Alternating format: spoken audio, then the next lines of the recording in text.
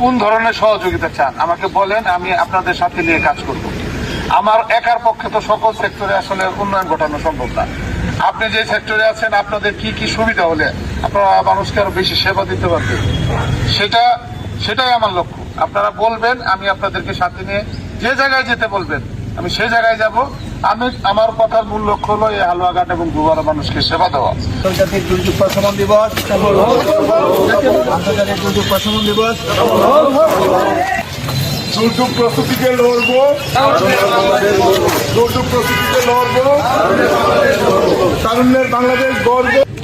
দুর্যোগ প্রতিরোধে লড়বো, তারুণ্যের বাংলাদেশ গড়বো, এই স্লোগান নিয়ে আয়োজিত আজকের এই দিবসে উপস্থিত আমাদের হালুয়াঘাটের সুযোগ্য উপজেলা নির্বাহী কর্মকর্তা সহ উপস্থিত বিভিন্ন কর্মকর্তাবৃন্দ এবং আজকে যারা আয়োজন করছেন সকলকে জানাই আমার ব্যক্তিগত পক্ষ থেকে সালাম, আসসালামু আলাইকুম।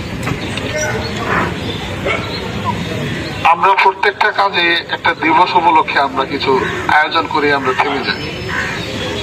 সেই কারণে আমাদের কোনো কাজেরই আসলে ওইভাবে গতিটা বৃদ্ধি হয় না। আমরা যদি সত্যিকার অর্থে মানুষের উপকার করতে চাই আমাদের সুনির্দিষ্ট আসলে পরিকল্পনা করা উচিত। আমাদের এই হালুয়াঘাট আমাদের একবারে সীমান্তবর্তী এলাকা, আমাদের এলাকার মানুষজন এমনি একবারে সহজ সরল মানুষ। আমাদের এখানের যে আধুনিক জীবনযাপনের সাথে আমাদের এলাকার মানুষের অভ্যস্ততাটা অনেকই কম।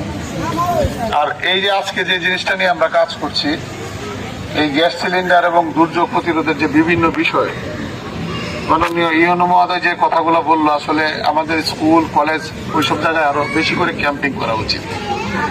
যারা একটু এলাকায় সচেতন আছে, যারা স্কুল কলেজে পড়ালেখা করছে, তাদের মধ্যে যদি এই জিনিসটা আমরা পৌঁছাতে পারি, তারা কিন্তু স্ব এলাকায় তারাও ভূমিকা রাখতে পারে। যেহেতু প্রত্যেকটা ক্ষেত্রে আমাদের জনবলের সংখ্যা অনেক কম, আমরা কিন্তু সামাজিক ভাবে যারা প্রতিষ্ঠিত মানুষ বা সমাজে যাদের গ্রহণযোগ্যতা আছে তাদেরকে আমরা কাজে লাগাতে পারি।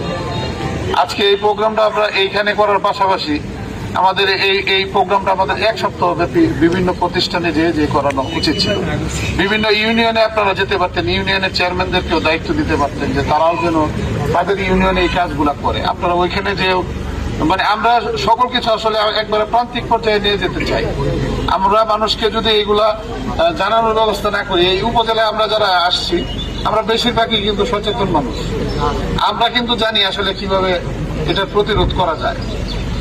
আর আমাদের এই এলাকার রাস্তাঘাট অনেক সরু, আমাদের ফায়ার সার্ভিসেরও আমাদের